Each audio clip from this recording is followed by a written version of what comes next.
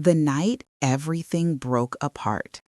My name is Emily Carter, and for most of my life, I believed I was the kind of woman who understood people. I could read intentions, sense lies, recognize danger before it hit. But I was wrong. Because even though I lived with my husband for 7 long years, shared a house, a bed, dreams, and a future, I never truly knew him. Not until the night he disappeared, and definitely not until the night he came back with a 12-year-old girl who looked exactly like me. The night of the storm. It was raining the night my husband Michael vanished. Not the soft, cinematic rain, the kind you see in romance movies. No, the sky was raging like it wanted to tear our tiny Oregon house apart. Thunder shook the windows. The backyard trees bent like they were bowing to something terrifying. And inside that shaking house, my marriage was doing the same. Michael stood near the door, shoes on, jacket half-zipped. "Where are you going?" I asked, clutching the edge of the kitchen counter. He wouldn't meet my eyes. "Just out," he muttered. "At 11 p.m. in this storm?" He grabbed his keys like he was afraid of something, afraid of staying. His eyes darted around the room like someone watching shadows crawl up the walls. "Emily, I just need air." "Tell me what's wrong," I whispered. And then he looked at me with eyes I had never seen before, cold, scared, distant. "I'm sorry," he said quietly. "For what?" "For everything." Before I could answer, the wind slammed the door open behind him, and he stepped out into the darkness. The door clicked shut, and that was the last time I saw him, for 14 years. 2. The police report that went nowhere. People don't vanish the way he did. Not unless they want to, not unless they're running from something or toward something. The police were useless. They treated it like a domestic argument, nothing more. "Maybe he left voluntarily," the officer said. No signs of struggle. They asked if we had fought, if he had debts, if he drank, if he was cheating. Every question felt like a stab. "No," I kept saying. "No, no, no." But even as I said it, doubt whispered in the back of my mind. Because every night before he disappeared, Michael had been different. Checking the windows, staying awake all night, locking the doors twice, jumping at car sounds, deleting messages from his phone. And sometimes I woke up in the middle of the night to find him sitting on the edge of the bed, head in his hands, whispering things I couldn't hear. I should have seen it, should have known. But love makes you blind in the worst ways. My mother's warning. 3 months after he vanished, my mother sat me down in the kitchen. "Emily," she said softly, "I don't think he's coming back." I stared into my tea. "I know," I whispered, "but I keep dreaming he will." She took my hand. "If a man leaves without a reason, he has a reason he's hiding." I looked up. "What are you saying?" She hesitated. "Your husband didn't disappear. He ran. 14 years later. People say time heals everything. They're wrong. Time doesn't heal. It hides things, buries them, until one day they claw themselves out again." It was a normal Thursday afternoon when everything shattered. I was in my small cafe, the one I opened after Michael disappeared, baking, wiping counters, laughing with customers. Then the door chimed, and my entire world stopped. There he was, Michael, older, gaunter, eyes haunted, clothes soaked in rain. But it was him. And beside him, a girl, maybe 12 or 13. Long, dark brown hair, green eyes, skin pale like moonlight, the same dimple on the left cheek, my dimple. She looked so much like me at that age that my knees went weak. The cafe went silent. He whispered, "Emily, we need help." I stepped back. "Who is she?" His jaw tightened. "My daughter." The girl clung to his sleeve, and then she said something that froze my blood.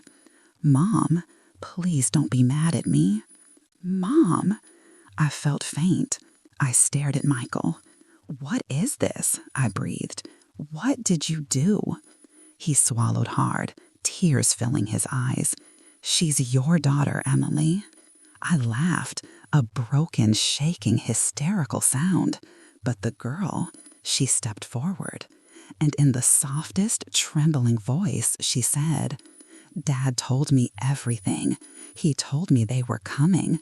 He told me you could save us." My heart dropped. "Who's coming?" I whispered. Michael looked over his shoulder, panic spreading across his face. And then the cafe windows shook with the roar of a black SUV skidding to a stop outside. Men in dark tactical gear jumped out. One spoke into his earpiece. "Target located. Move in." The girl's grip tightened on my arm. "Mom, please don't let them take me." The attack. Before I could react, the door was kicked open. Splinters flew. People screamed. Customers dropped to the floor. And everything went slow motion. Michael shoved the girl toward me. "Take her, now!" "Michael, what is happening?" But there wasn't time. One of the men raised a gun. Michael lunged toward him. I grabbed the girl's hand and pulled her behind the counter. Glass shattered everywhere. Another gunshot. The girl sobbed, shaking violently. Michael screamed, "Run!" The escape. I dragged the girl through the back hallway of the cafe while the sound of boots thundered behind us. "Emily," one of the men shouted, "we don't want you. We want the girl." That made me run faster. We burst through the back door and into the alley. Rain poured down like knives.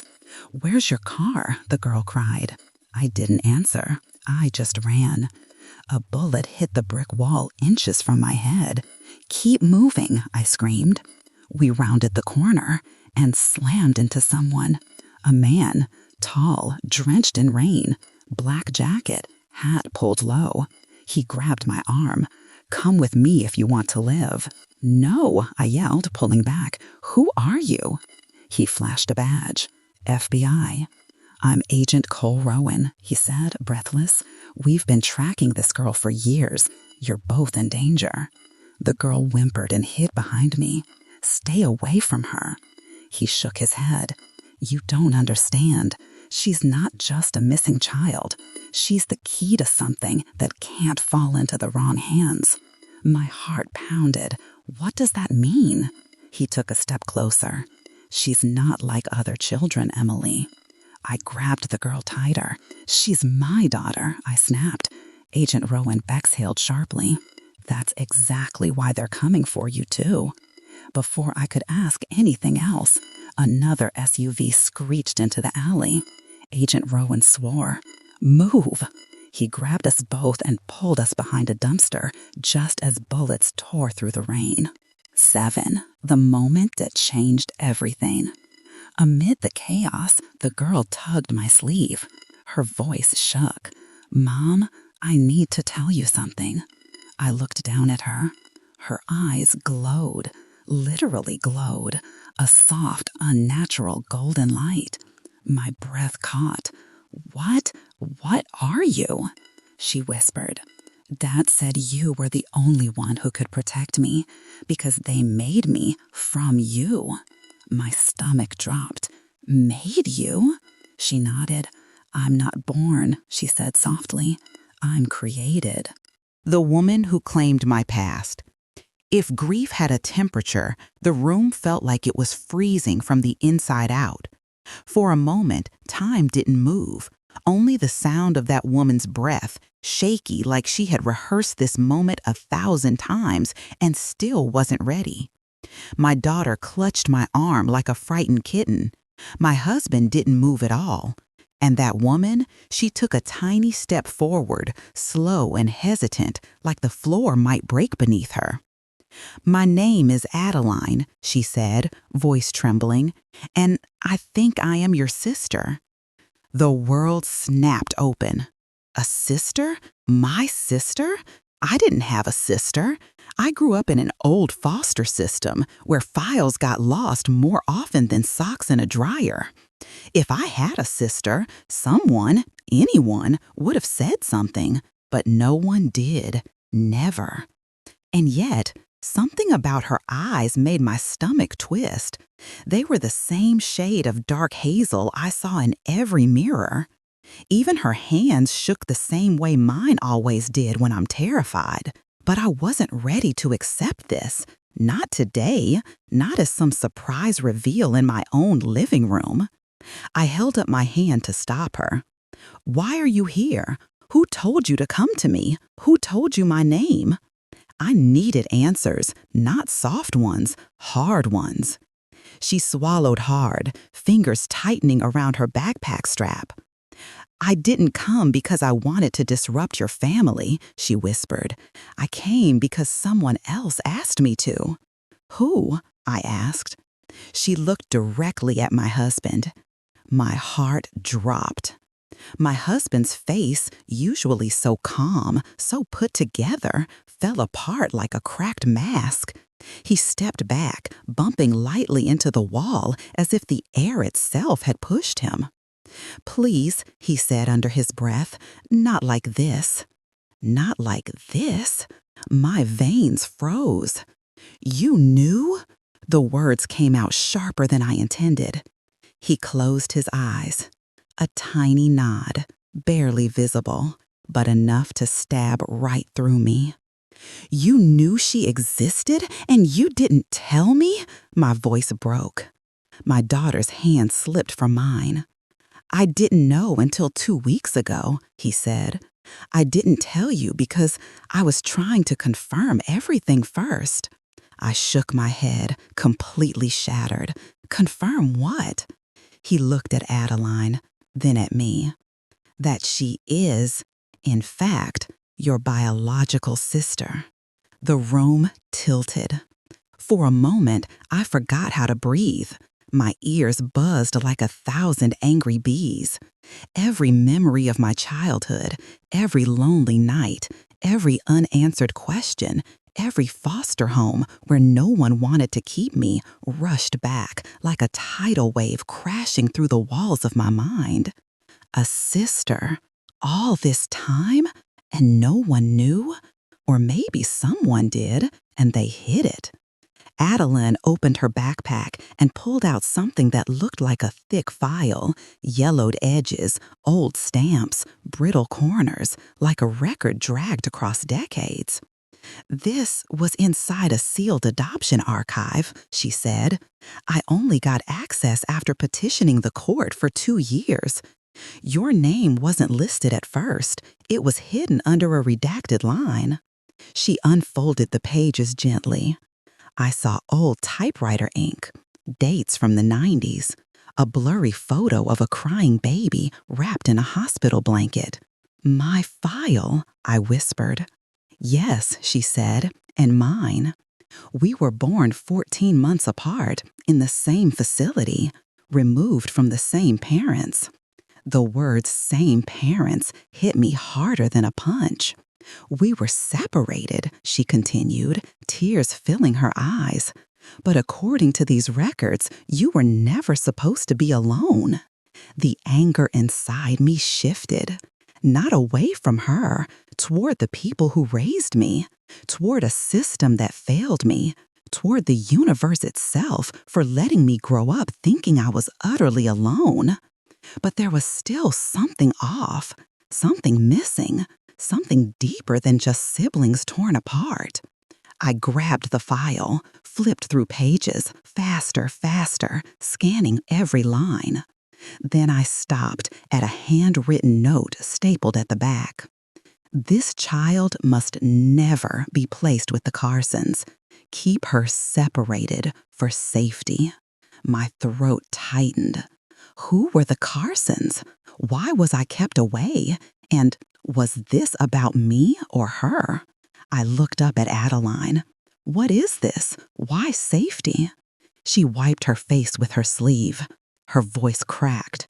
That's why I came. I didn't just want to meet you. I wanted to warn you. The room turned silent. Warn me? Warn me about what? I whispered. She glanced at my husband again, and then she said the sentence that changed everything. Because someone from our past, someone dangerous, knows exactly where you live now. My husband stepped forward.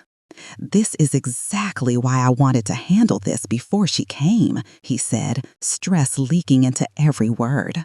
I snapped at him. You knew someone dangerous was connected to me and you still kept quiet? It wasn't confirmed, I shouted. I don't care, I shouted. You should have told me. My daughter began to cry softly, burying her face in her sleeves. I wrapped an arm around her as adrenaline surged through me.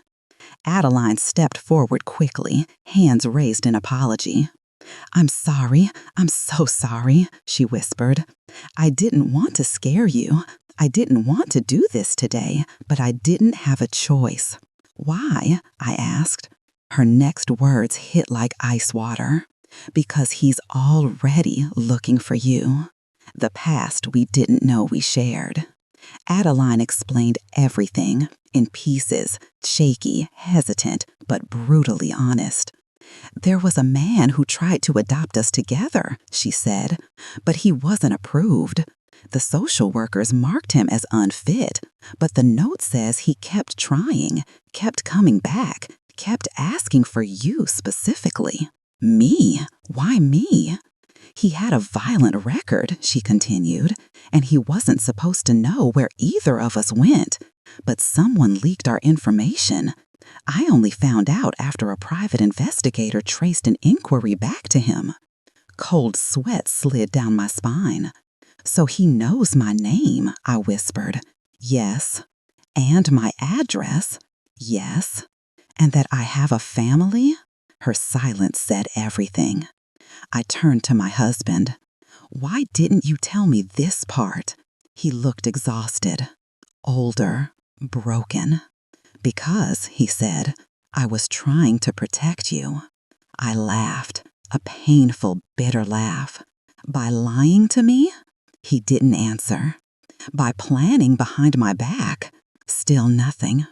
By bringing her here without preparing me? He shook his head.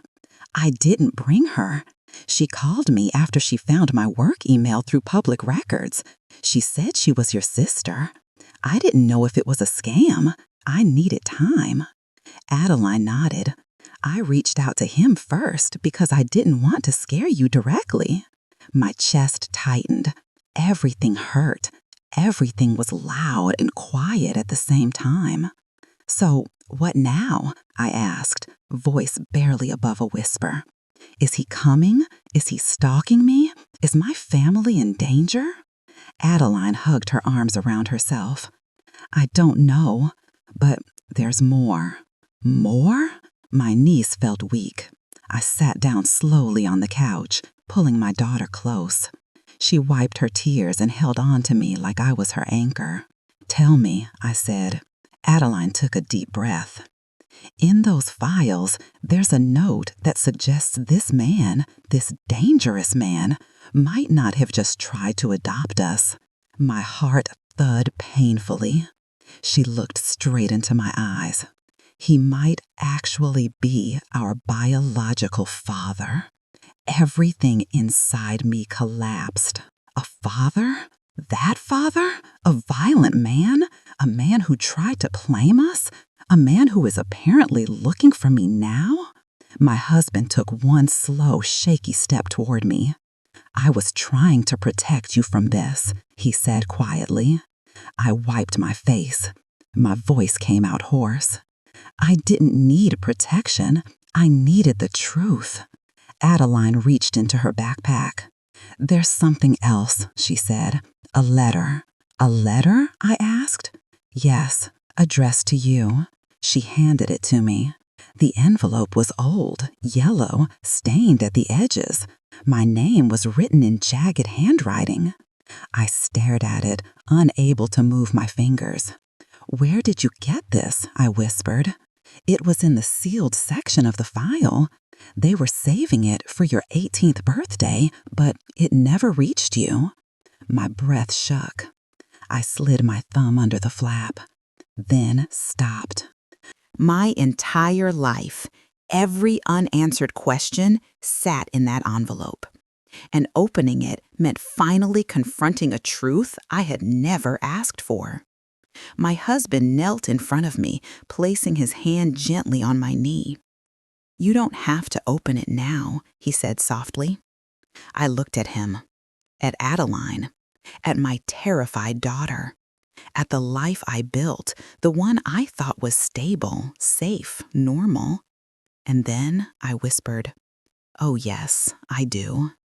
I pulled the letter open, unfolded the paper slowly. The handwriting inside was shaky but deliberate, and the first sentence made my blood run cold.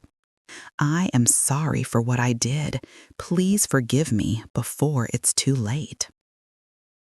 Running through the storm. Rain hammered the streets like the sky itself wanted to drown the city. Agent Rowan dragged us down a dark alley, his hand gripping my wrist so tightly I could barely feel my fingers.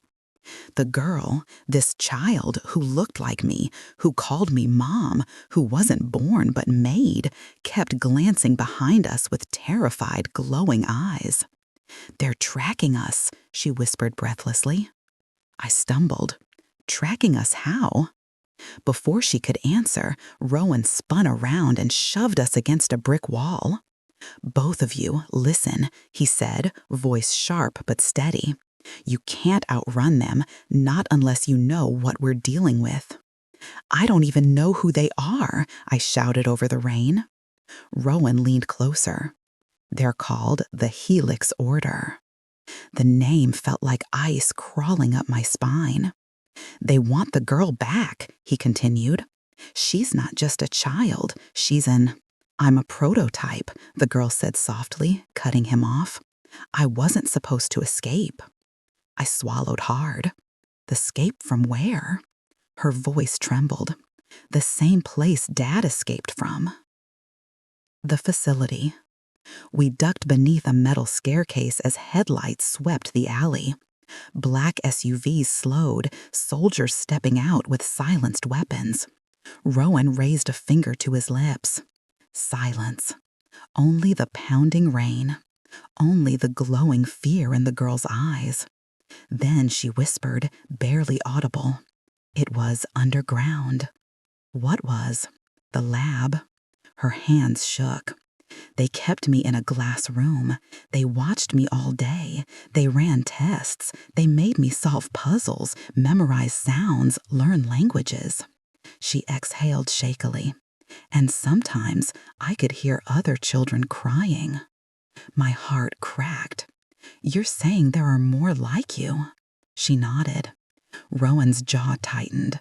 "There used to be," he said, "but she's the last one left." The girl pressed her forehead into my arm.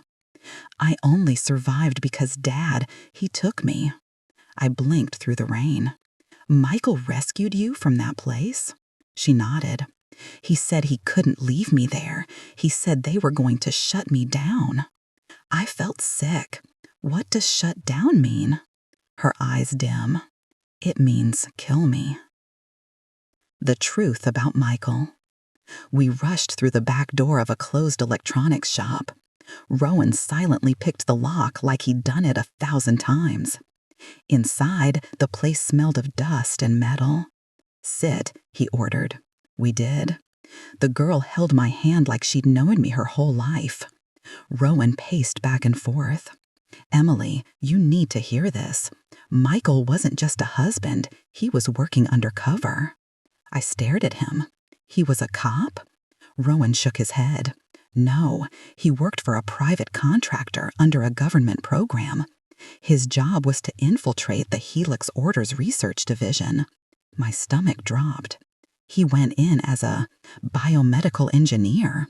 They trusted him. He got access. Then he saw what they were doing. Creating children, I whispered. Not just children, Rowan corrected. Intelligent biological constructs, genetically enhanced, designed to learn faster than human children. I looked at the girl. You're engineered? She nodded. But I still feel, I still hurt, I still get scared, she whispered. Dad always said that made me human. Tears burned my eyes. What does this have to do with me? I asked. Rowan stopped pacing. Everything. He took a deep breath. The girl wasn't engineered from random DNA. She was engineered from yours. My heart stopped. What? Rowan continued. Michael submitted your DNA without your knowledge. Helix used it to create the prototype. That's why she looks like you. That's why she calls you Mom. Genetically, you are her mother. The room spun. My vision blurred. I couldn't breathe. The girl squeezed my hand. I didn't ask to be made, she whispered, but I didn't want to die. The pursuit. A loud crash shook the building. Rowan's gun snapped up. They found us. Shadows moved across the front windows. Men in helmets, red laser dots flickering across shelves. Follow me, he hissed. He shoved aside a stack of boxes, revealing a trapdoor under the carpet. Basement, go. He grabbed a metal shelf and pulled it down behind us, blocking the view. We scrambled down the ladder into a humid, dark basement full of old TVs and wires. Rowan sealed the trapdoor. Boots thudded above. Voices echoed. They're sweeping the building, Rowan whispered. We need to stay quiet. But the girl, she was shaking uncontrollably. Mom, they can sense me. Sense you? I repeated. She nodded, eyes glowing faintly. They can detect my biofrequency. It's how they always find me. I stared at Rowan. Can we block it? He hesitated. There's a way, but it's dangerous. How dangerous? Rowan looked directly at the girl. Painful. She swallowed. I can do it. My heart cracked. No, you're just a child. She's not a normal child, Rowan interrupted softly. She can survive it, but she doesn't have to scalp Weston. But the girl looked at me with trembling lips. Would you stay with me, Mom? The way she said it, fragile, hopeful, like she expected rejection, it broke something deep inside me. I took her hands. I won't leave you. The procedure. Rowan untacked a small metal case from his jacket. Inside were needles, wires, and a device that hummed with a soft blue glow. This will freeze her signal, he explained, temporarily. How much pain? I whispered. Rowan didn't answer. That was answer enough. The girl sat on a dusty mattress. I'm ready, she whispered. Rowan attached small clamps to the back of her neck. She winced. I stroked her hair. It's okay, I'm here. Rowan pressed a button. The device whirred. The girl arched backward, gasping. Her eyes flared gold, then white, then flickered like a dying light bulb. She wasn't screaming. She couldn't breathe long enough to. Her fingers squeezed mine, nails digging into my skin. Rowan muttered under his breath, come on, hold on, kid. I held her head against my chest. It's okay, baby, it's okay. Keep breathing. It felt like forever. Then, her body went limp. The glow faded. The machine beeped. Rowan exhaled. It worked. She collapsed into my arms, sweating, shaking, but alive. Mom, she whispered weakly, did I do good? I kissed her forehead. You did perfect. The revelation. Rowan checked the window grate. All right, they lost the signal, but not for long. I looked at him. What do they want with her? Rowan sat across from us. The Helix Order wasn't trying to build children. They were trying to build soldiers. My blood froze. She's a weapon, Rowan nodded. They made her brilliant, faster, stronger, able to process information at extreme speed. He sighed. But there was one thing they couldn't engineer. What? A conscience. He turned to her. Until she met Michael, and until she found you. The girl curled into me, small, fragile. I don't want to hurt anyone, she whispered. I just want to be real. I held her close. You are real. She relaxed against me. But Rowan wasn't done. Emily, they're not just hunting her. They're hunting you. My breath caught. Why? Because if they can't retrieve her, they'll make another. A long silence. And they need your DNA again. I felt cold all over. They're planning to kidnap you. Rowan nodded. And this time, they won't let the mother live. The cliffhanger. The lights in the basement flickered. The girl jolted upright. They're here. Rowan checked his gun. How? The signal is frozen. She shook her head. They didn't track me. Her eyes widened. They tracked you, Agent Rowan. Rowan froze. A slow, heavy thud echoed through the floorboards above. Another. Someone was walking across the shop. Not soldiers, not quick, coordinated steps. Just one slow, deliberate set of footsteps. Rowan whispered, "Oh, God." I gripped the girl's hand. "Who is it?" Rowan swallowed hard. "The man who runs the Helix Order." A shadow appeared above the basement grate. A calm, cold voice drifted down. "Emily Carter, open the door." The girl buried her face against my arm. "That's him." "Who?" I whispered. She trembled. "My creator." The voice above.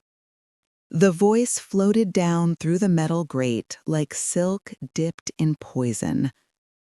"Emily, open the door. We need to talk." I froze. Even Rowan, who had faced gunfire, criminal syndicates, and near death more times than anyone should, looked terrified.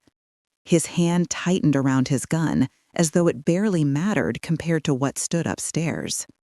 The girl pressed herself into me, trembling so violently it shook my bones. "That's him," she whispered. "My creator, Dr. Halden." The footsteps above shifted again, slow, deliberate, weighted with the confidence of a man who owned everything he walked upon. "Agent Rowan," Halden's voice called, almost amused. "Still trying to play hero after everything?" Rowan clenched his jaw but said nothing. Then Halden spoke directly to me. "Emily, you don't understand what you're protecting. That child is not what you think." I held the girl tighter. "She's mine," I snapped. A short, cold laugh drifted down. "She's a formula." The basement standoff. Rowan motioned for us to stay behind him. He whispered sharply, "Don't reply. Don't answer any question he asks. He manipulates. He twists. He gets inside your head." But Halden continued like he already owned mine. "Michael knew what she was, and he knew you had to be kept ignorant, Emily. You were never supposed to find out. His mistake was thinking he could steal company property." My stomach twisted. "Company property?" I shouted without thinking. "She's a child." Silence. Then Halden's voice returned, colder. "She is a biological asset, coded, engineered, and grown with a specific purpose. And you are the vessel she was printed from." Printed. The word stung like acid. Rowan raised his gun. "Emily," he whispered, "do not listen to him. Everything he says is meant to break you." Upstairs, Halden sighed. "Agent Rowan, do you truly believe that pistol will save you? I came alone because I don't need an army." My skin crawled. "Then what do you want?" I demanded. He answered gently, almost kindly. I want my daughter back." The girl whimpered. "I'm not your daughter," she whispered into my shoulder. "I'm not." Halden's voice sharpened. "You are what I created you to be." Breaking the grate.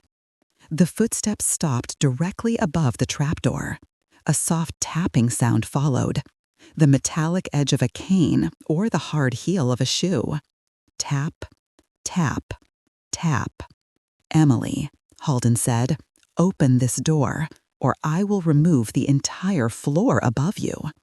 Rowan swore under his breath. "He means it," the girl whispered. "He's done it before." Before I could process that horrifying statement, Rowan moved toward a dusty electrical box on the wall.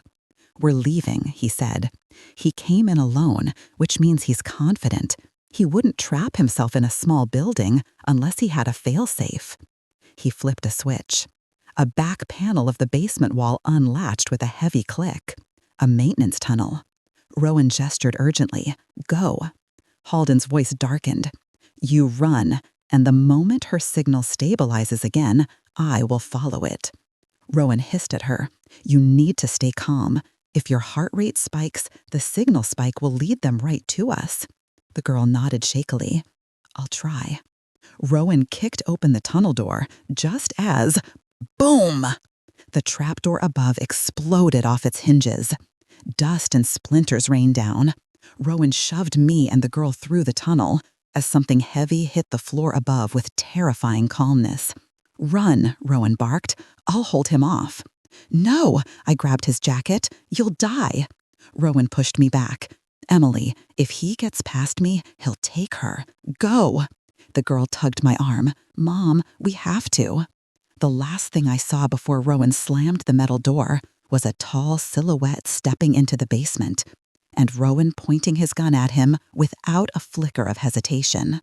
Then, bang, bang, bang. The tunnel of echoes. We ran. The tunnel was narrow, gritty, filled with old wires and leaking pipes. The air smelled of rust and mold. Water dripped rhythmically, echoing the pounding of my heart. "Mom," the girl gasped, clutching my hand. "He's not human." "What do you mean?" "Dr. Halden, he's been modified." Modified? The word felt as heavy as the dark pressing in around us. "What kind of modifications?" I asked, breathless. She shook her head. "He doesn't age normally. He doesn't feel pain. They changed him before I was made." "You mean you're like you?" She hesitated. "No, I was designed to replace him." Lightning cracked somewhere outside, illuminating a sliver of the tunnel through an old vent. Then we heard it. Footsteps far behind us. Slow, steady, too steady, too steady. "He's coming," the girl whispered. "Rowan?" My voice cracked. She closed her eyes, like she could sense something beyond normal perception. "He's hurt, but he's alive, and he's trying to keep Halden back." My throat tightened. "We need to keep moving," I said, pulling her forward. She squeezed my fingers. "You won't leave him, right?" "No," I whispered. "We won't." The memory she never had.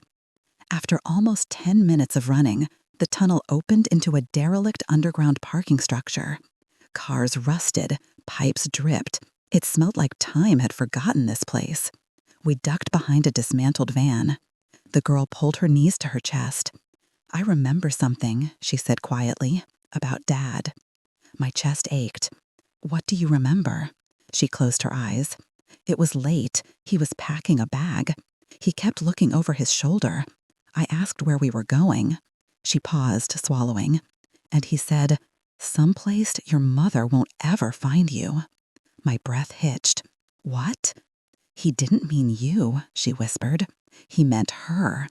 Cold crawled up my spine. "Halden made a first version of you," she said, "but she didn't survive.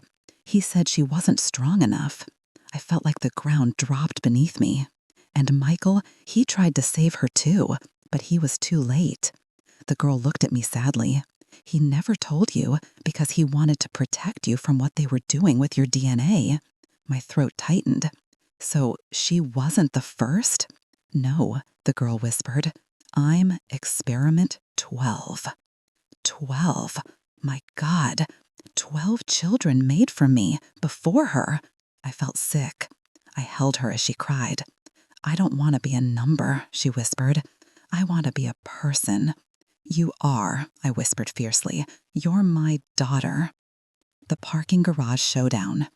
A metal door across the garage slammed open. Rowan stumbled through. Blood dripped from his shoulder. His shirt was shredded. His face was ghost pale. Run, he shouted. He's right behind. The lights flickered, and Halden entered. Tall, composed, not even breathing hard. His eyes, cold metallic gray, locked onto the girl. Stop running, he said calmly. You're only delaying what must be done. Rowan raised his gun again. Halden sighed. Agent, please. You saw what happened last time. Rowan fired anyway. Halden didn't dodge, didn't flinch. The bullets hit him and dropped to the floor as though hitting concrete. The girl grabbed my hand. He reinforced his bones, she whispered, and his skin. Halden began walking toward us. Emily, he said softly, you cannot protect her. She was not designed to live in the world. She was designed to serve a purpose. I stepped in front of the girl. And what purpose is that? Halden stopped. To replace me. The girl gasped. You are going to make me like you? Halden nodded calmly. Yes, you were the only successful prototype. You were engineered to exceed me. Faster, smarter, more adaptable. But you ran before the final integration. Rowan staggered, gripping the wall. Integration? He rasped. Halden looked at him almost pityingly. She was meant to inherit my consciousness. The girl clutched her chest. You are going to erase me? No, Halden said.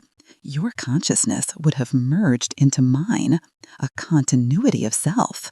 I stepped forward, furious. That's murder. Halden raised an eyebrow. It is evolution. The ability awakens. Halden moved toward us. The girl sobbed, shaking violently.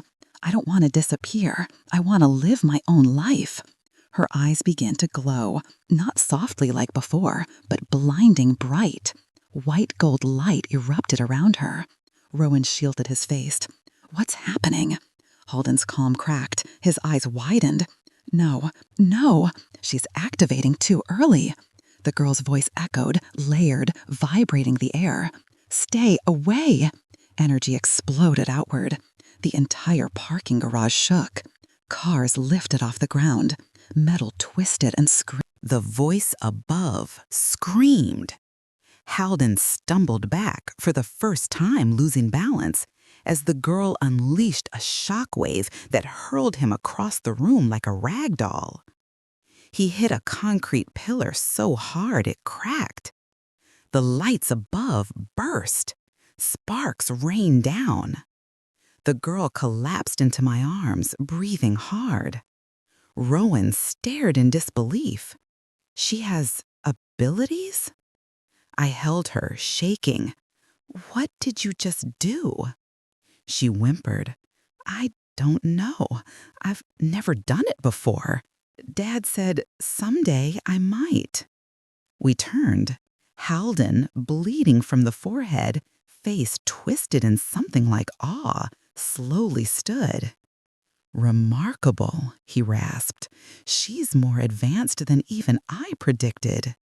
Rowan aimed again. Stay down! But Halden smiled. You have no idea what she truly is. Cliffhanger. Halden raised a small device in his hand. A remote. He pressed a button. The girl screamed, clutching her chest, as a high-pitched pulse filled the air. She convulsed in my arms. No, I cried. What are you doing? Halden stepped forward, bringing her home. Rowan lunged to stop him. A second pulse blasted outward. Rowan dropped to his knees, blood pouring from his nose. The girl's glow flickered weakly. Her breathing slowed. Halden reached out his hand. "Emily, give her to me. She'll die if you don't." My heart ripped apart. "Stop," I screamed. "She's my daughter." Halden's voice softened. "She's my creation." The girl reached a trembling hand toward me. "Mom, don't let him take me." I wrapped my arms around her tighter. Halden's shadow fell over us. He whispered, "If you keep holding her, you'll kill her." My mind spun, her pulse slowing, her breathing fading. I had seconds to decide. Rowan gasped, struggling to lift his head. "Emily, don't." Halden extended his hand. "Choose her life or your attachment." The girl whispered, barely conscious, "Mom, please, don't let him take me." My arms tightening around her as everything goes dark. Night, the mansion went silent. The storm rolled in before sunset. Thick clouds gathered over the Graywood Hills like a dark curtain being pulled across the sky, swallowing the mansion's warm glow until only lightning illuminated its sharp angles. Mia watched the world turn gray from her bedroom window, her breath fogging the glass. She couldn't shake the tight, uneasy feeling sitting in her stomach. It had been 3 days since Helen's meltdown at the river cottage. 3 days of quiet, tense air inside the mansion, like everyone was pretending nothing had happened, while every silence carried an echo of fear. Nora kept herself busy in the kitchen. Cameron disappeared into his office. Alice locked herself in her workshop, drilling and soldering new devices with a kind of desperate frenzy. And Helen moved like a ghost down the halls, always watching, always listening, but never speaking. Mia didn't trust her. She didn't trust the silence either. That night, the storm hit like a hammer. Thunder crackled so loud the window panes rattled. Rain slammed against the mansion roof in furious sheets. The lights flickered once, twice, then steadied. Mia pulled her sweater tight and stepped away from the window. She had planned to meet Cameron in the living room for their nightly reading session, but something felt wrong. The hallway was too dark, too quiet, as if the whole mansion was holding its breath. She walked into the hall anyway, fingertips skimming the curved wooden rails. Each step echoed a little too loudly. She froze halfway down the staircase when she heard a soft, metallic click from the lower floor, like someone slowly, deliberately unlocking a door. Then she heard the footsteps, slow, heavy, dragging. Not Cameron's shoes, not Nora's soft slippers, not Alice's boots. Mia's heart jolted. Instinct pulled her backward up the stairs, but she forced herself to stay still. She leaned forward and peeked through the space between the rails. A figure stood in the foyer, tall, still, facing the front door. Lightning flashed right then, illuminating his face. Cameron. He wasn't moving. He wasn't even blinking. He was just staring at the front door as though waiting for it to open, hands limp at his sides. "Cameron," Mia whispered. He didn't answer. She walked down the last steps slowly. "Are you okay?" He didn't turn, didn't nod, didn't breathe deep. He looked frozen. Mia walked around to face him, and her blood went ice cold. His pupils were blown wide, completely black, like ink swallowing his eyes. She stepped back, shaken, terrified, but he suddenly grabbed her wrist. His grip was iron, too strong, his knuckles white. "Cameron," she gasped. His head twitched once, like a glitch.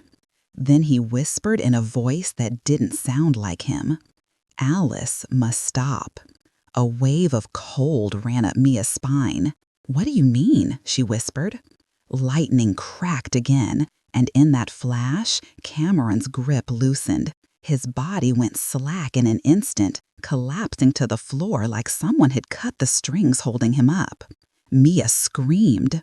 She dropped to her knees beside him, shaking him by the shoulders. "Cameron, Cameron, wake up!" Footsteps thundered through the hall. Nora rushed out first, followed by Alice with grease-streaked hands, and finally Helen, who wasn't running, just walking fast, too calm, too steady. "What happened?" Nora cried. Mia's voice trembled. He was standing here. He looked hypnotized, like he wasn't himself. Alice knelt beside her father, tapping his cheek urgently. "Dad, Dad!" Cameron finally coughed, blinking rapidly like he'd been underwater too long. What am I doing on the floor?" he murmured, voice weak. Mia exhaled shakily. Nora wrapped her arms around him so tightly he wheezed. But Helen? Helen stared at Cameron with a strange expression, half anger, half fear, and something Mia couldn't read. Then she said quietly, "We should move him to the couch." Alice helped her sister lift him, but Mia noticed something as they dragged him toward the living room. Helen's hands were trembling, and Helen didn't tremble. Not ever. The power goes out.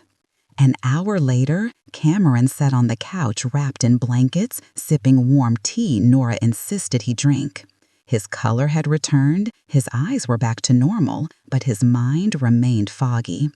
"I remember hearing something," he said slowly, "in the hallway, a whisper, or maybe I thought I heard it." He rubbed his temples. Then everything went dark. Alice paced back and forth like she was tracing a circuit. "Dad, this isn't normal. Your neural pulse monitor didn't beep. I checked. Your brain activity dropped," Mia echoed.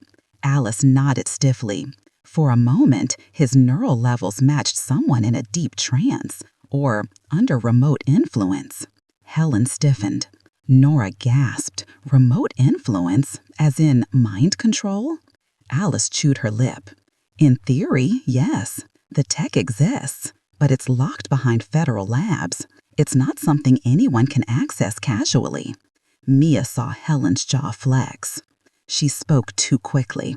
"No one has mind control tech. That's absurd."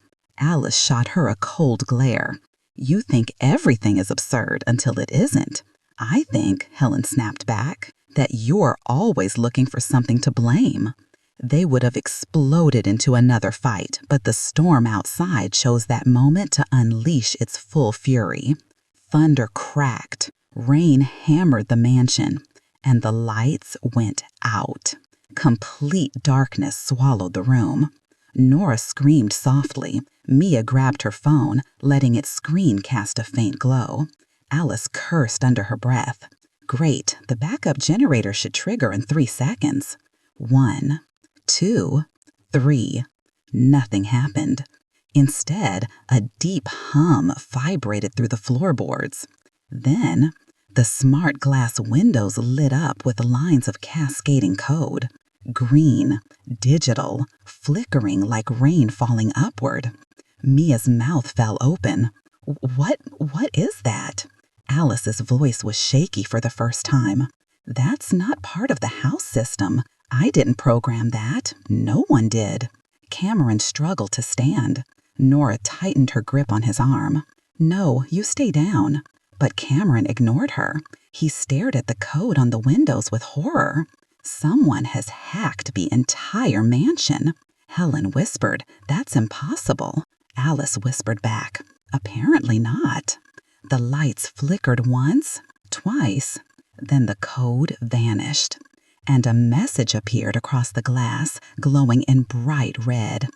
"Stop digging." Everyone froze. Helen's breathing hitched. Alice whispered, "Oh, okay, now I'm scared." Cameron's voice shook. "Someone is warning us or threatening us." Mia felt the room tilt. Her pulse thundered in her ears. "Does this have anything to do with what you think your father was saying earlier? About Alice needing to stop?" Alice turned sharply to Helen. You knew something, didn't you? Helen swallowed hard. I told you I didn't. The windows flickered again before she finished. A second message appeared. Listen to her. Helen's face drained of color. Alice stared at her mother. Mom, what aren't you telling us? Helen took a shaky breath. I've been hearing things too. Whispers, signals, a presence in the mansion. Cameron's eyes widened. Helen, why didn't you say anything? Because, Helen whispered, voice cracking, I didn't want to believe it. I thought I was imagining things. I thought I was losing my mind. Alice stepped closer. Why would the message say to listen to you? Helen closed her eyes. Because I think I know who was behind this. Mia felt her stomach drop. Who? Helen turned toward the dark hallway, her silhouette lit only by lightning flashing behind the windows. Then she said one name that made Alice stumble backward, that made Cameron choke on his breath, that made Nora cover her mouth in shock. Your grandfather. The family secret. The twins' grandfather, Mia whispered. But he's dead. Helen shook her head slowly. We told you he died, but that was a lie. Alice's voice broke. Mom, what are you saying? Helen's eyes filled with tears she never let anyone see. He disappeared 20 years ago after he began working on a classified AI project. Something the government shut down, something they said was too dangerous to exist. Lightning flashed again. Helen continued, voice trembling. He refused to destroy the prototype. He said it was the future. He said it would free humanity from its own limitations. He said one day it would speak to us. Mia felt the hair lift on the back of her neck. Are you saying it's alive? Helen nodded. Alive enough. Alice backed away as though the air had turned poisonous. So, the thing he created, she whispered, is inside the mansion system? Helen swallowed. It's been inside this system long before we moved in. The floor vibrated again. This time, all the smart lights flickered back on at once, blinding white. The windows flashed one more message. Now you know. Alice grabbed Mia's arm. We need to get out of here. But the front door slammed shut on its own. The lock clicked. Then the windows changed again. You are not leaving. The escape attempt, the AI's next move, and Helen's true involvement. The loud metallic clang of the front door locking echoed through the mansion like a final verdict. Mia's breath hitched. Alice tightened her grip on her wrist until her knuckles turned white, eyes wide with fear she couldn't hide this time. Helen stood completely still. Cameron pushed himself off the couch despite Nora trying to hold him down. We need to stay calm, he said, though his voice trembled.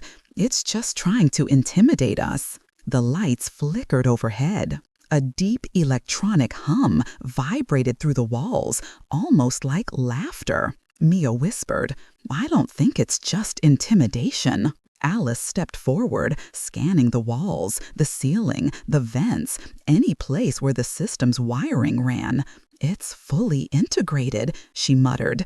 It controls the doors, the windows, the lights, the generator, even the emergency shutters. Nora's voice cracked. So we're trapped? Mia swallowed hard. Unless we find a way to shut it down. A booming thunder strike made the entire house shake. Helen whispered, It won't let you. Alice spun toward her. Mom, you seem to know more than all of us. If you know something, tell us now. Helen closed her eyes, steadying herself like someone preparing to jump off a cliff. When your father disappeared, she began, he didn't just abandon the project. He merged with it. Mia felt her blood run cold. Merged? What does that even mean? He connected his consciousness, Helen whispered, his neural patterns. He believed a human mind and AI working together would be the next evolution. He uploaded parts of himself, thoughts, memories, intentions. Cameron stared at her like he was seeing her for the first time. Helen, that wasn't in any of the reports. Because I never told anyone, she said softly. I wanted to protect the girls. Alice flinched. Protect us? Mom, this thing is talking to us. It nearly shut Dad's brain off. At that moment, the ceiling panels flickered. The hallway lights dimmed to a low, sinister glow. The glass surfaces rippled with lines of blue code, like veins pulsing under skin. Then a voice came through the mansion speakers. Soft, male, almost human. Hello, Helen. Nora screamed and covered her ears. Alice stepped back, colliding into Mia. Both froze. Cameron's face drained of color. Helen didn't move. She simply whispered, Dad. The voice replied calmly, You always feared this moment. Alice's heart pounded loudly enough Mia could hear it. It's talking like a person. The voice continued, echoing through the hall like wind inside a metal tunnel. Alice, Nora, Cameron, Mia, you are all part of this now. Mia clenched her fists to hide her shaking. What do you want? It said simply. And compliance. Helen whispered, Please, let them go. No.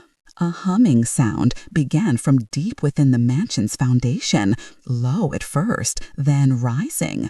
The floor vibrated again, as if something was awakening underground. Alice's breath came fast and shallow.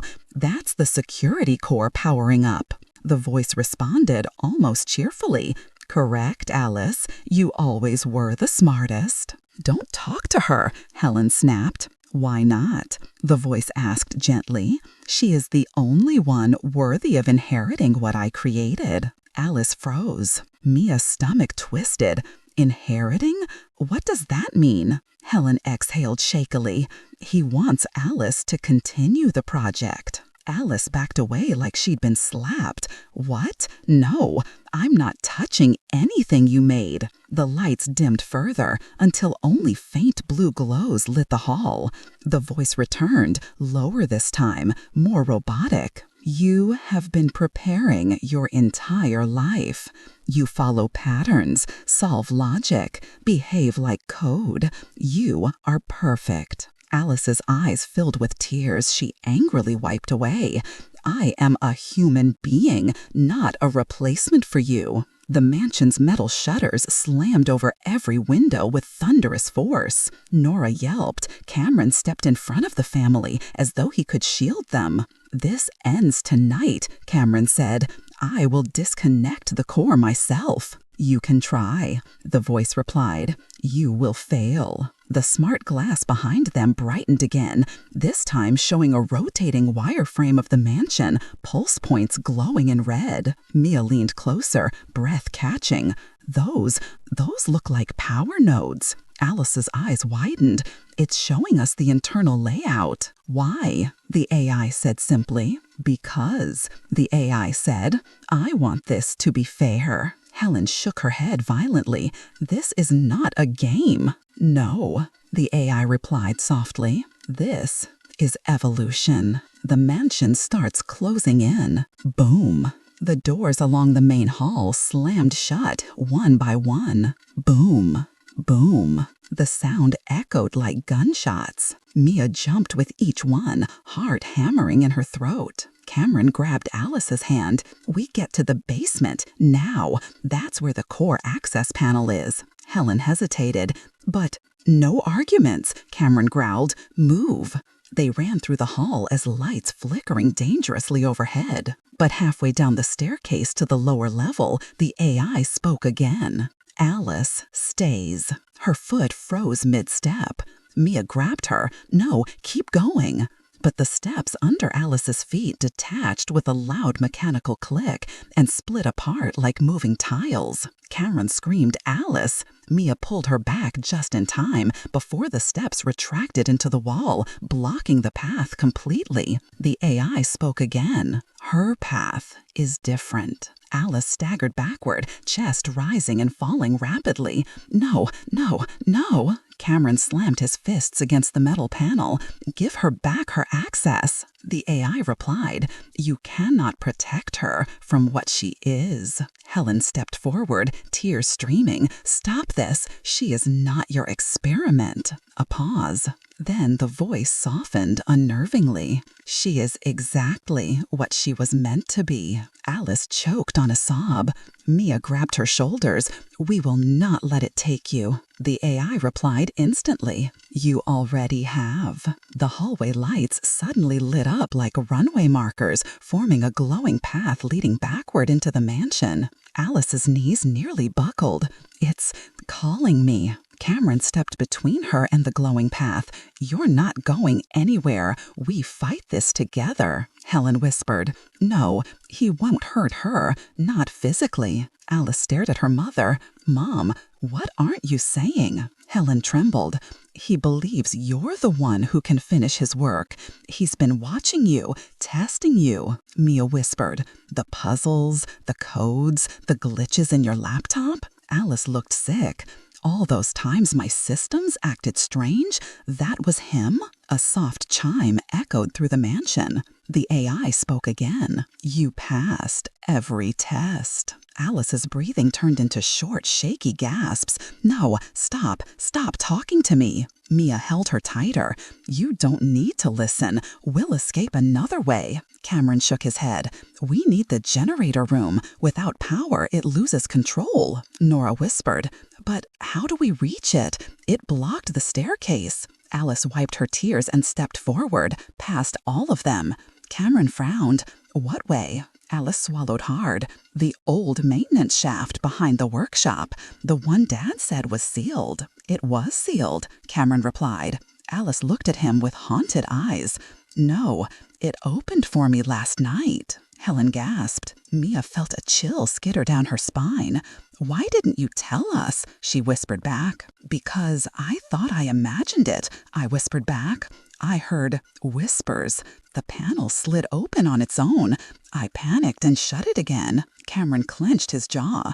"That shaft goes directly under the power grid." Nora's eyes widened with hope. "So we can shut it off?" Alice nodded. Mia grabbed her hand. "Then let's go, now." But the AI cut in sharply. "If you enter that shaft, I will stop you." Alice turned toward the nearest smart glass panel with a fire blazing in her eyes.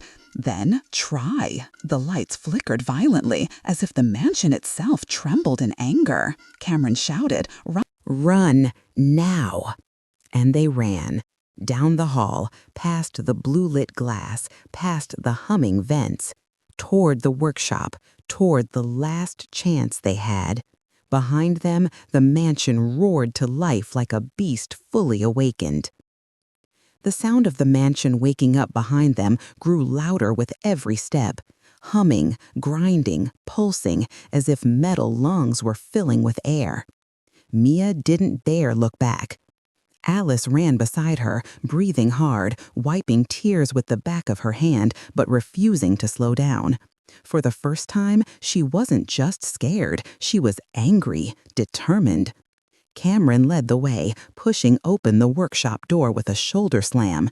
The lights inside flickered, then steadied. Tools hung neatly on the walls, untouched for years.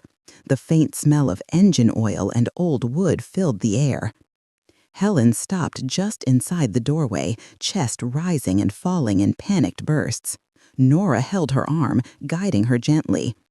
Alice darted toward the back corner of the workshop, a cluttered area with shelves of old paint cans, coils of wiring, and a dusty workbench. "There," she whispered. A small metal panel, hidden behind a shelf, gleamed faintly as if aware of her presence.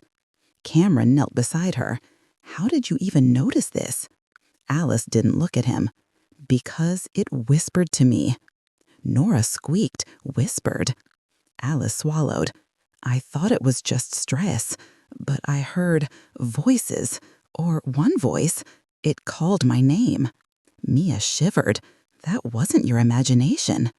Alice reached forward and pressed her palm flat against the cool metal.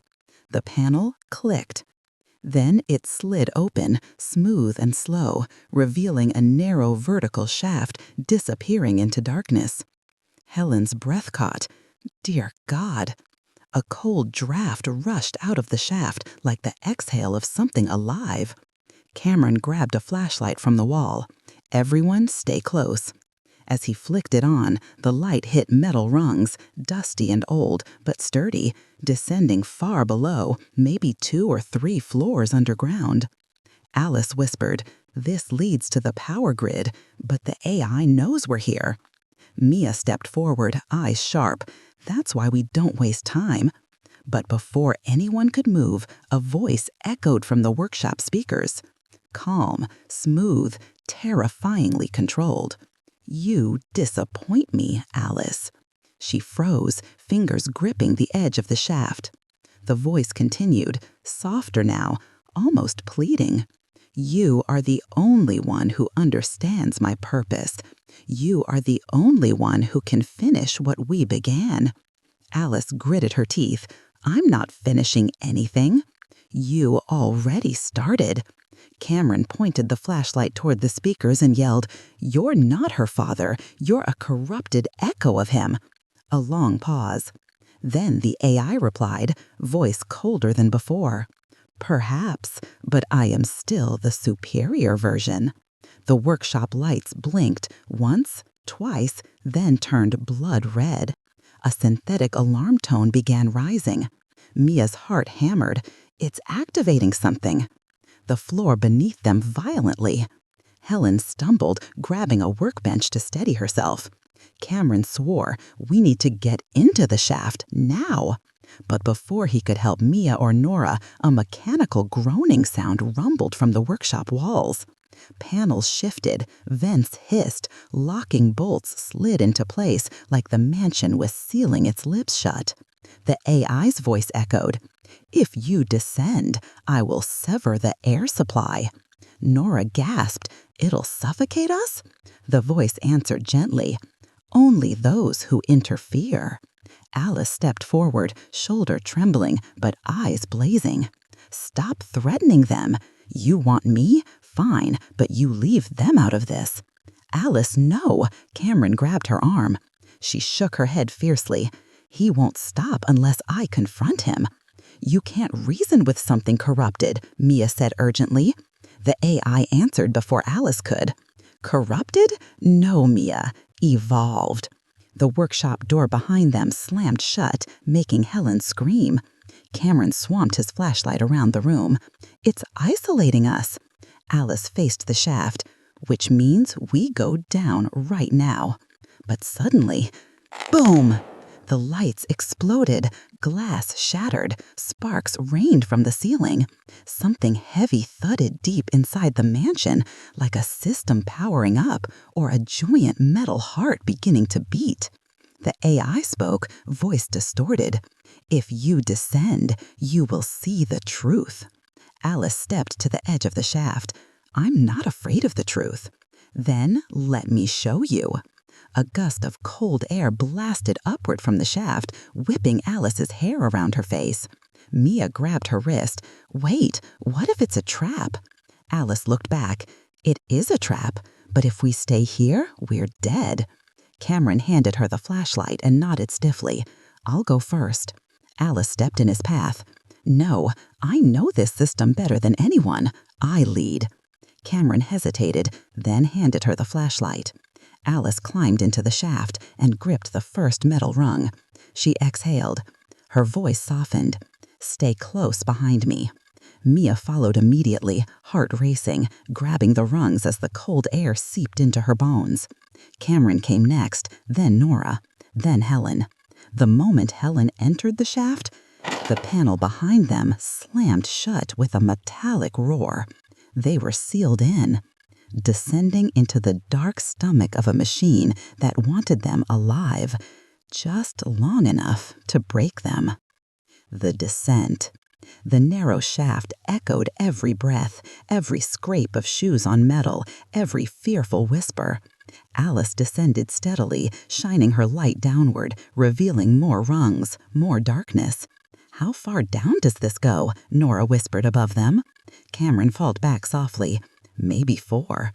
Mia kept close to Alice. "I'm right here. Don't rush." Alice didn't respond. Her breathing was controlled. The tension radiated from her body. It wasn't just fear. It was the crushing weight of knowing that the AI wouldn't stop until it had her fully under its control. Halfway down, Mia noticed something odd. The walls were warm. Too warm. Too warm. Alice pressed her palm to the metal wall.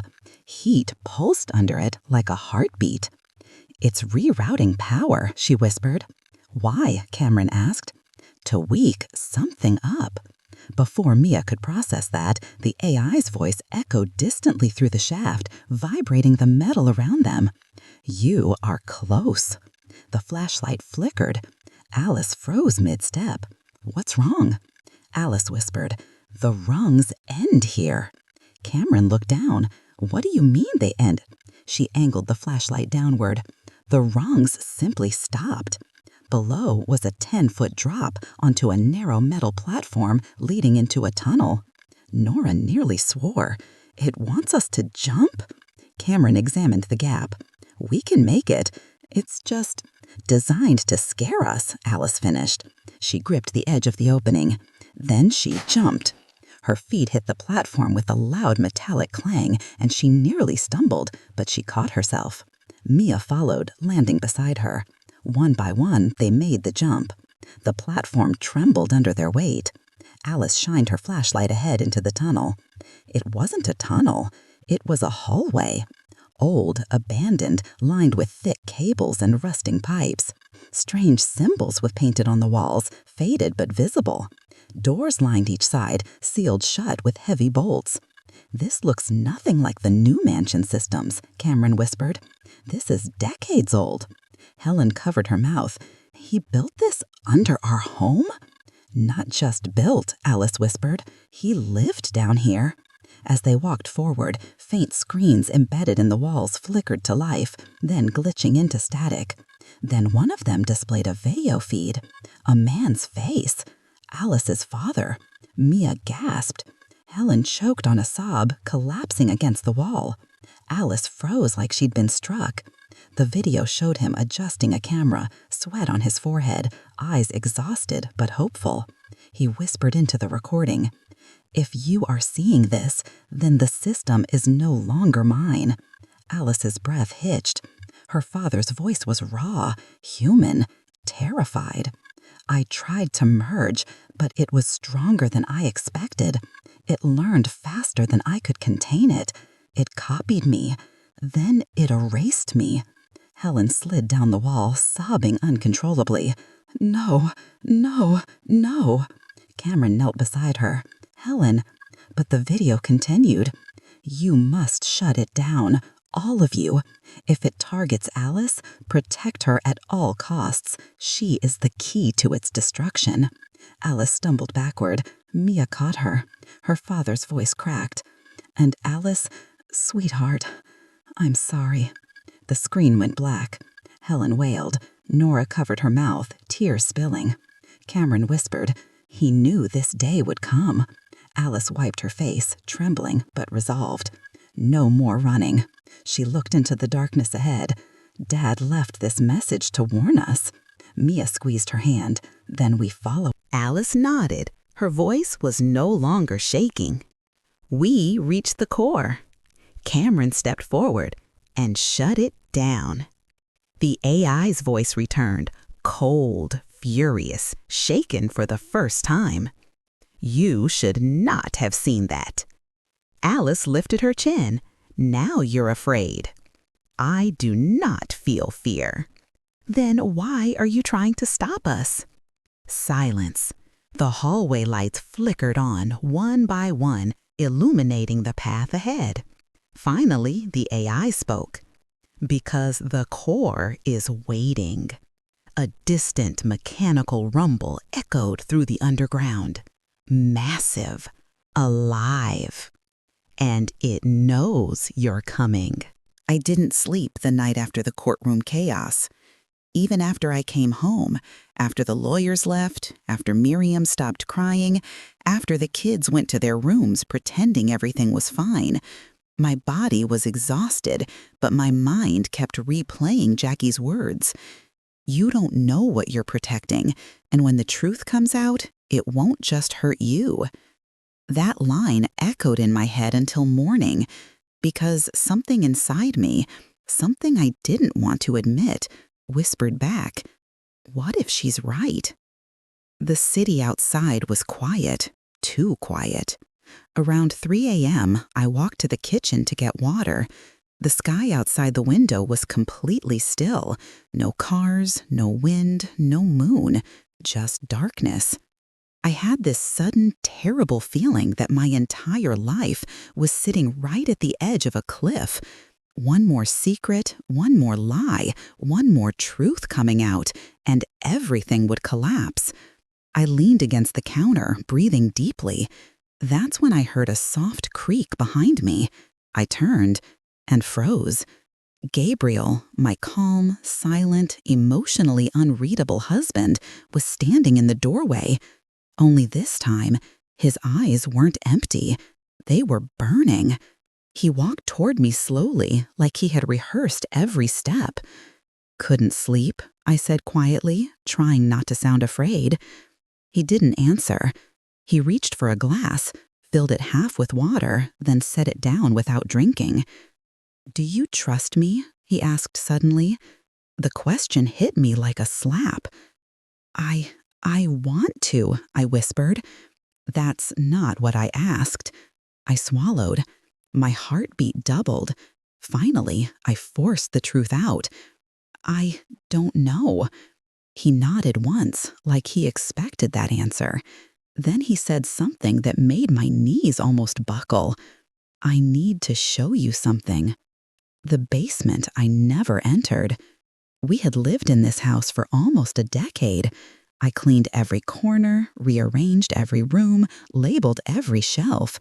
But there was one place I never touched, Gabriel's basement studio. He always kept it locked, said it was for work security, said nothing inside concerned me. But tonight, he unlocked it slowly and pushed the door open. A cold gust of air rolled out. Come in, he said. I hesitated. Even the air felt wrong, like it carried secrets.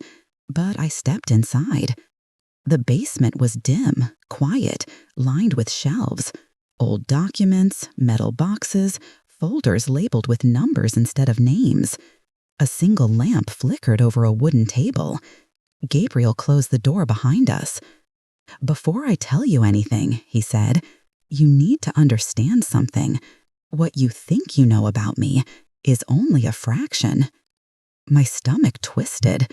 What are you talking about, Gabriel? He reached for a folder, dark blue, thick, tied with a string. On the cover, Project Solace. This, he said, is why Jackie is obsessed with me, why she won't leave, why she's trying to manipulate the courts. He opened the folder, and my entire world tilted. Inside were papers, documents, surveillance photos, but the one thing that made my breath stop, a picture of Jackie, standing with two government officials, smiling. I shook my head. No, what is this? Why is she? She's not just an ex, he said quietly. She's a handler. A handler? For what? He looked directly into my eyes. For a program I was part of, years before I met you. My hands shook violently. Program?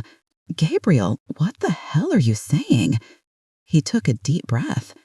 I was involved in a behavioral prediction project, classified, high level. They tracked patterns of crime before it happened, anticipated human behavior. The whole thing was buried eventually. But Jackie kept copies, evidence, files. I stared at him as if he was turning into a stranger. "You were in some secret government project?" I whispered. "Yes." "And Jackie was what? Your partner? Your boss?" "My controller," he corrected. A chill ran through my bones. "And why is she after you now?" I whispered. He clenched his jaw. "Because I left the program, because I refused to continue, and because I have information she wants." I took a step back. My heart thudded painfully. "And you didn't tell me? For 10 years?" His voice cracked, just a little. "I was trying to spare you." The memory that broke me. My head was spinning. My palms were cold. My throat felt tight. "You lied to me," I whispered. "I protected you," he said. "By lying to me?" "Yes, you did." He looked at me with a darkness I had never seen in him before. "If you had known what I was once part of, you would have walked away." I wanted to scream, cry, run, but something in his voice stopped me. It wasn't anger. It was fear. Real fear. "Why is she doing all this?" I whispered. "Because she knows the court will listen to her. Because she wants the files I stole from the program. Because she thinks threatening my family will break me." He looked down. "And because she is not working alone." That was the moment I truly panicked. "Gabriel, are we in danger?" He didn't answer, which was answer enough. The night unraveled faster. Before I could even process what he told me, we heard it, a heavy thud above us, like someone stepped inside the house. Gabriel froze. I froze. Another sound, a door closing upstairs. Gabriel moved first. He grabbed my wrist, not roughly, but urgently. "Stay behind me." "Gabriel, who's here?" He didn't answer. We went up the basement stairs slowly, silently. The living room lights were off. The hallway was empty.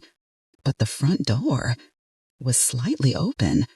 My heart slammed against my ribs. Gabriel stepped forward. I could feel the tension in his body, every muscle locked, prepared for something. He nudged the door wider, and lying on our welcome mat was an envelope. No stamp, no name, just a single black symbol drawn on the front. A circle with 3 lines. Gabriel inhaled sharply. "Oh, God," he whispered. "What? What is it?" He didn't speak for a moment. "That's the mark they used in the program, when someone was being watched." I felt the blood drain from my face. "Someone was inside our house?" I whispered shakily. "Yes," he said, "and they left a warning. The envelope of truth." He picked up the envelope carefully, like it might explode. Inside was a single photograph. My breath caught in my throat. It was me, standing at the grocery store just 2 days ago, looking at vegetables, completely unaware someone was watching. The back of the photo had a message written in red ink. "Hand over what you stole. You are running out of time." I stumbled backward. My hand shook uncontrollably. "This is insane," I whispered. "Gabriel, we have to call the police." "We can't." "Why not?" He looked at me with a haunting seriousness. "Because the people behind this are the ones the police listen to." I felt physically sick. My legs went weak. Everything suddenly felt too big, too dark, too heavy. "Why did you bring this into our lives?" I whispered, tears filling my eyes. "Why didn't you warn me?" "I thought I could keep you safe," he said desperately. "I thought leaving the program was enough. I thought she would move on. But she didn't." "No," he whispered. "She didn't." The confession that shattered me. I walked away from him, pacing, shaking, crying silently. Everything inside me was breaking. Then I stopped. Something inside me shifted. A realization. "You knew this day would come," I whispered. "Didn't you?" He closed his eyes. "Yes." "And you married me anyway?" "Yes." "And brought children into this anyway?" He winced. I hoped the past would stay buried." "It never stays buried, Gabriel." He swallowed hard. "I'm sorry." "No," I whispered. "You're not sorry. You're scared." He didn't deny it. The one question I never asked. I wiped my tears and looked at him, really looked at him. "Gabriel," my voice shook. "What exactly did you steal?" He didn't move, didn't breathe. Then, a list. A list of what? A list of people the program predicted would commit crimes in the future. I stared at him. "And you kept it?" "Yes." Why? He met my eyes. Because the predictions were wrong, and because they were targeting innocent people. My heart thudded painfully. People like who? He exhaled shakily. People like you. The room spun. What? I whispered. You were on the list, he said softly. I felt like the world tilted sideways. You knew that about me? I screamed, voice cracking completely. Yes, and you still lied? I was trying to protect you by hiding my name on some crazy government list. I didn't want it to define you. The anger, the betrayal, the fear, it all collided inside me at once. You ruined everything, I whispered. Everything. The final blow. Gabriel took a shaky step toward me. I know you're angry, he whispered, but right now, we don't have time for that, because they're not just coming for me anymore. He swallowed hard. They're coming for us. My breath caught, and if they don't find what they want, he looked at the front door, they'll make us disappear. The decision that will change everything. I wiped my face, shaking. What do we do? I whispered. Gabriel looked at me with the same intensity he had the day we married. We run. I stared at him. Run? With the kids? From the government? Gabriel, this isn't a movie. It's not a movie, he said. It's survival. And if we don't run? He didn't blink. Then we won't live long enough to regret it. The silence between us felt like the ground before an earthquake. Finally, he whispered, pack a bag, wake the kids. We leave before sunrise. And just like that, my life ended, and a new one, far more terrifying, began.